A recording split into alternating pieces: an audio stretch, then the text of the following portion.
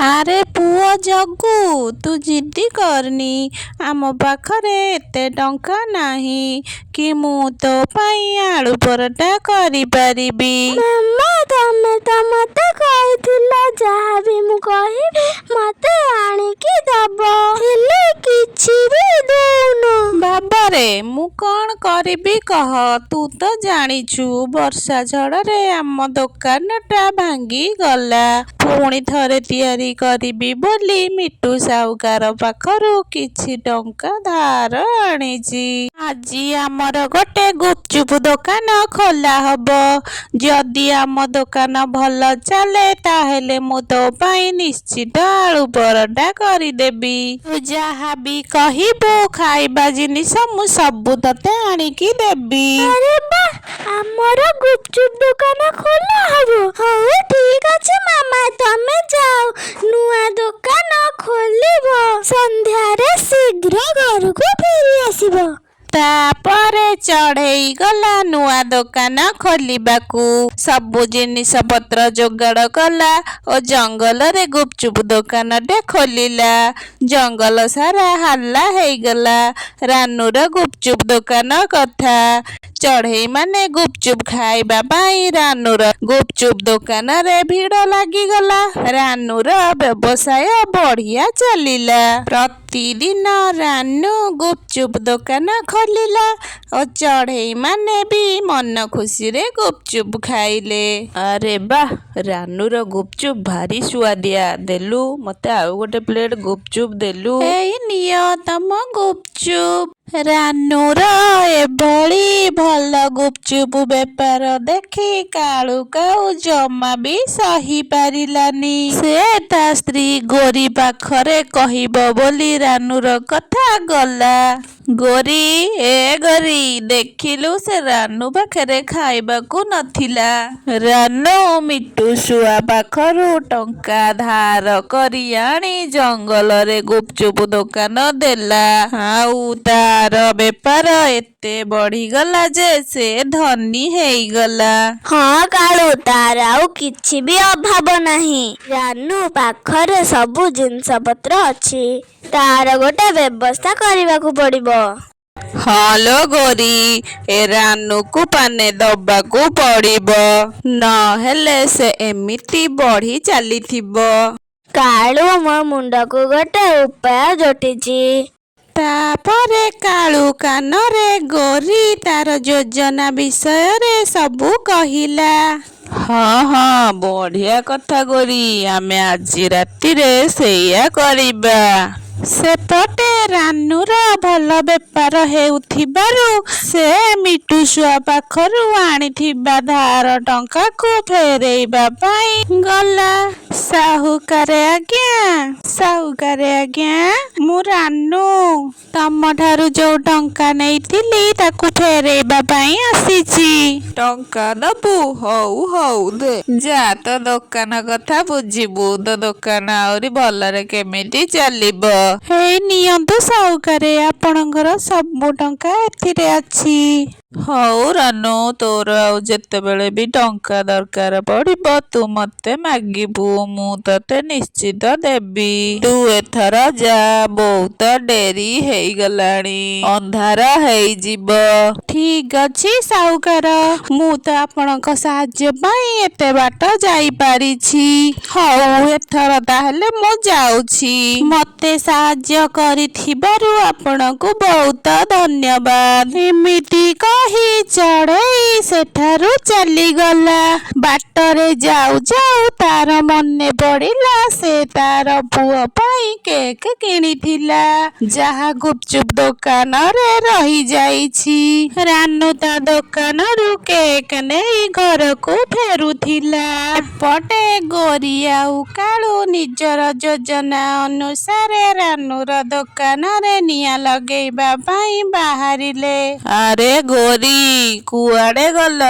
ଡେରି ହେଇଗଲାଣି, ଶୀଘ୍ର ଶୀଘ୍ର ଆସ, ଆମେ ଯିବା। ହଁ ହଁ, ଯାଉଛି ଯାଉଛି। କାଳୁ ଟିକେ ରୁହ। ନିଆଁ ଜଳୁଥିବା ବାଡ଼ିଟିକୁ ଗୋରି ଧରି ବାହାରକୁ ଆସିଲା। ଆରେ ଗୋରି, ବହୁତ ଡେରି ହେଇଗଲାଣି। ତୁ କଣ କରୁଥିଲୁ? ଚାଲେ ଆମେ ଶୀଘ୍ର ଯିବା। ଏଇ ବାଡ଼ିଟା ଆଣି ସେଥିରେ ନିଆଁ ଲଗେଇ ଆସିବା ପାଇଁ ଡେରି ହେଇଗଲା। ଚାଲ ଚାଲ ଯିବା। ହଉ ହଉ, ତୁ ଆଉ ପାଟି କରେନି। ଚାଲେ ଆମେ ଯିବା, ନହେଲେ ଆମକୁ ଏଠି କିଏ ସେ ଦେଖିନବ। ଶୀଘ୍ର ଚାଲ ଏଠୁ, ନହେଲେ ଆମକୁ କିଏ ଦେଖିଦବ। ଗୋରି ଆଉ କାଳୁ ଶୀଘ୍ର ଶୀଘ୍ର ଉଡ଼ିବାକୁ ଲାଗିଲେ। ଆଉ ଉଡ଼ିବା ସମୟରେ ଗୋରି ଧରିଥିବା ନିଆଁ ବାଡ଼ିଟି ଗୋରି ଆଉ କାଳୁର ଘର ଉପରେ ଖସି ପଡ଼ିଲା। ସେମାନଙ୍କର ଘର ନିଆଁରେ ଜଳିଗଲା। ଆରେ ଆରେ, ଇଏ କଣ ସର୍ବନାଶ ହେଇଗଲା? ହେ ଭଗବାନ, ଆମେ ଏବେ କଣ କରିବୁ? ହଁ ଲୋ ଗୋରି, ଆମର ସବୁ ଜିନିଷ ପତ୍ର ଜଳିଗଲା। ଆମେ ଏବେ କଣ କରିବା? କୁଆଡ଼େ ଯିବା? କୋଉଠି ରହିବା? ରାନୁ ଘରକୁ ଫେରୁଥିଲା। ସେ ଦେଖିଲା କାଳୁର ଘର ଜଳୁଛି। ସେ ଗୋରି ଆଉ କାଳୁ ପାଖକୁ ଆସିଲା। ଆରେ କାଳୁ ଭାଇ, ଏସବୁ କଣ ହେଇଗଲା? ତମ ଘରେ ନିଆଁ କେମିତି ଲାଗିଗଲା? ରାନୁର କଥା ଶୁଣି କାଳୁ ଓ ଗୋରି ଚୁପ୍ ରହିଲେ, କିଛି ବି କହିପାରିଲେନି। ହଉ ହଉ କାଳୁ ଭାଇ, ଗୋରି ଭଉଣୀ, ବ୍ୟସ୍ତ ହୁଅନି, ମନ ଦୁଃଖ ବି କରନି। ଏଇ ନିଅ କିଛି ଟଙ୍କା। ତମେମାନେ କାଲି ସକାଳେ ନିଜ ପାଇଁ ଆଉ ଗୋଟେ ନୂଆ ଘର କରିଦବ ଓ କିଛି ଆବଶ୍ୟକ ଜିନିଷ କିଣିଦବ। କିଛି ଆବଶ୍ୟକ ପଡ଼ିବ ଯଦି ମତେ କହିବ। ମୁଁ ଏଥର ଆସୁଛି, ବହୁତ ଡେରି ହେଇଗଲାଣି। ଗୋରି ଆଉ କାଳୁ ନିଜକୁ ନିଜ ଲଜ୍ଜା ଅନୁଭବ କଲେ ଓ ମନରେ ଶପଥ ନେଲେ ଆଉ କେବେ ବି କାହାରି ଅନିଷ୍ଟ କରିବେନି। ଗୋଟିଏ ଜଙ୍ଗଲରେ ନାଲୁ ନାମରେ ଗୋଟିଏ ଚଢ଼େଇ ଆଉ ତାର ସ୍ତ୍ରୀ ନାଲି ପୁଅ ଜଗୁ ରହୁଥିଲେ। ସେମାନେ ଭାରି ଗରିବ ଥିଲେ।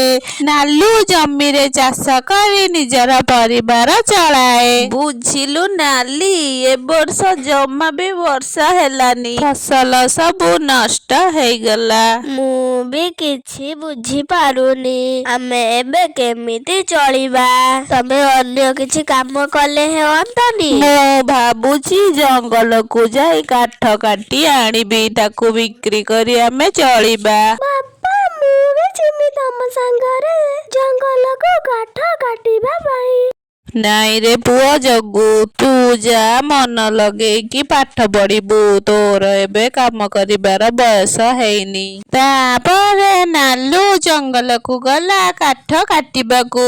କାଠ କାଟୁ କାଟୁ ତାକୁ ଶୋଷ ଲାଗିଲା। ସେ ପାଣି ପିଇବାକୁ ପାଖରେ ଥିବା ନଦୀକୁ ଯାଉ ଯାଉ ଦେଖିଲା, ନଦୀ କୂଳରେ ଗୋଟେ ଛେଳି ଯନ୍ତ୍ରଣାରେ ବୋବଉଛି। ନାଲୁ ତା ପାଖକୁ ଗଲା ଆଉ ଛେଳିକୁ କହିଲା, ଆରେ ଇଏ କଣ? ତୋର ତ ଖଣ୍ଡିଆ ହେଇ ରକ୍ତ ବାହାରୁଛି।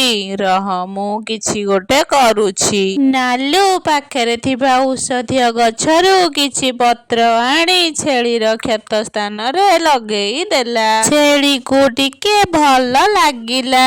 ନାଲୁ ପଚାରିଲା, ଏବେ ଭଲ ଲାଗୁଛି ନା?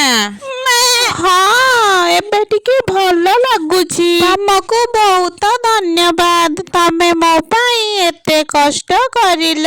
ହଉ ହଉ, ଏଥର ତୁ ଏଠି ବିଶ୍ରାମ କର। ମୁଁ ଏବେ ଯାଉଛି, ବହୁତ ଡେରି ହେଇଗଲାଣି। ନାଲୁ କାଠ ନେଇ ଘରକୁ ଫେରିଲା। ତା ପରଦିନ ସକାଳେ ନାଲୁ କହିଲା, ନାଲି, ଏ ନାଲି, ମୁଁ ଜଙ୍ଗଲକୁ ଯାଉଛି କାଠ ଆଣିବା ପାଇଁ। ହଉ, ଆଜି ଜଙ୍ଗଲରୁ କାଠ ଆଣି ବିକ୍ରି କରି କିଛି ଖାଦ୍ୟ ଆଣିବ। ଘରେ କିଛି ବି ଖାଇବା ନାହିଁ। ଠିକ ଅଛି, ମୁଁ ତାହେଲେ ଏଥର ଯାଉଛି। ଜଙ୍ଗଲରୁ କାଠ ନେଇ ଶୀଘ୍ର ଶୀଘ୍ର ପଳେଇ ଆସିବି। ତାପରେ ନାଲୁ ଜଙ୍ଗଲକୁ କାଠ ଆଣିବା ପାଇଁ ଗଲା। ଝରଣା ପାଖରେ ସେ ଛେଳିକୁ ଦେଖି ସେଠାକୁ ଗଲା। ଆରେ ଛେଳି, ତୋ ଦେହ ଏବେ କେମିତି କେମିତି ଅଛି? ତୁ ଭଲ ଅଛୁ ନା? ହଁ, ତମ ଔଷଧରେ ମୋ କ୍ଷତ କିଛି ପରିମାଣରେ ଭଲ ହେଇଯାଇଛି। ତାହେଲେ ତୁ ଏଠି କ'ଣ କରୁଛୁ? ତୋ ଘରେ ରହି ଟିକେ ବିଶ୍ରାମ ନଉନୁ।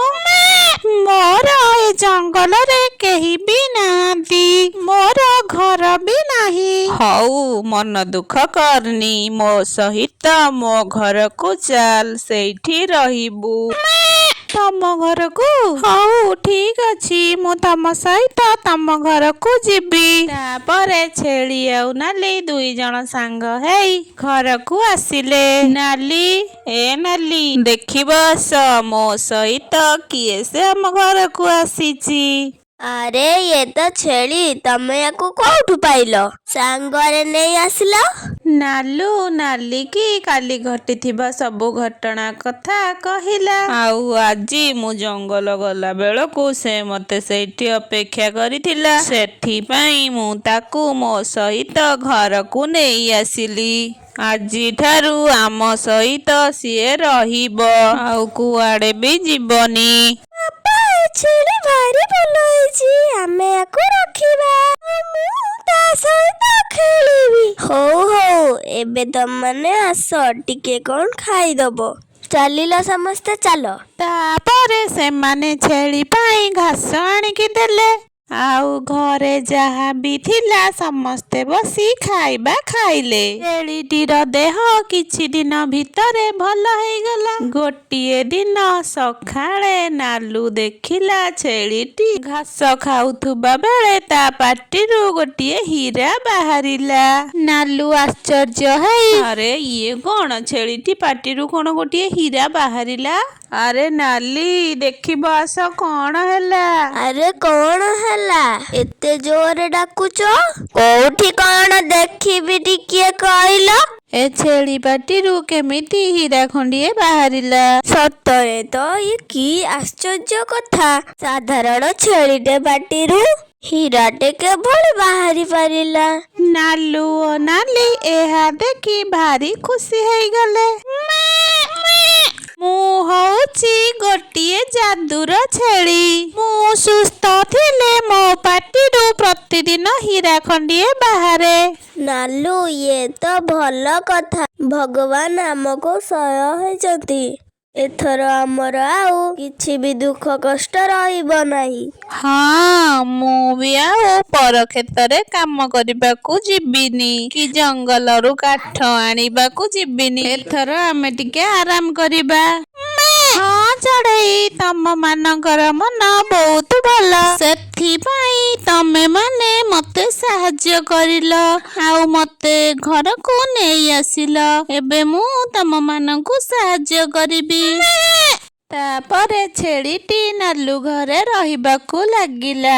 ନାଲୁ ପୁଅ ସହିତ ଖେଳିଲା, ଆଉ ପ୍ରତିଦିନ ସକାଳେ ଗୋଟିଏ ଗୋଟିଏ ହୀରା ଚଢ଼େଇ ମାନଙ୍କୁ ଦେଲା, ଯାହାକୁ ବିକ୍ରି କରି ଚଢ଼େଇ ମାନେ ଧନୀ ହେବାରେ ଲାଗିଲେ। ନାଲୁ ଓ ନାଲିର ପର ଉପକାର ଗୁଣ ଯୋଗୁ ସେମାନେ ଛେଳିଟିକୁ ପାଇପାରିଲେ। ତାପରେ ଚଢ଼େଇ ମାନେ ଆଉ ଛେଳି ଗୋଟିଏ ଜାଗାରେ ଖୁସିରେ ଖୁସିରେ ଦିନ କାଟିଲେ। ଧନ୍ୟବାଦ।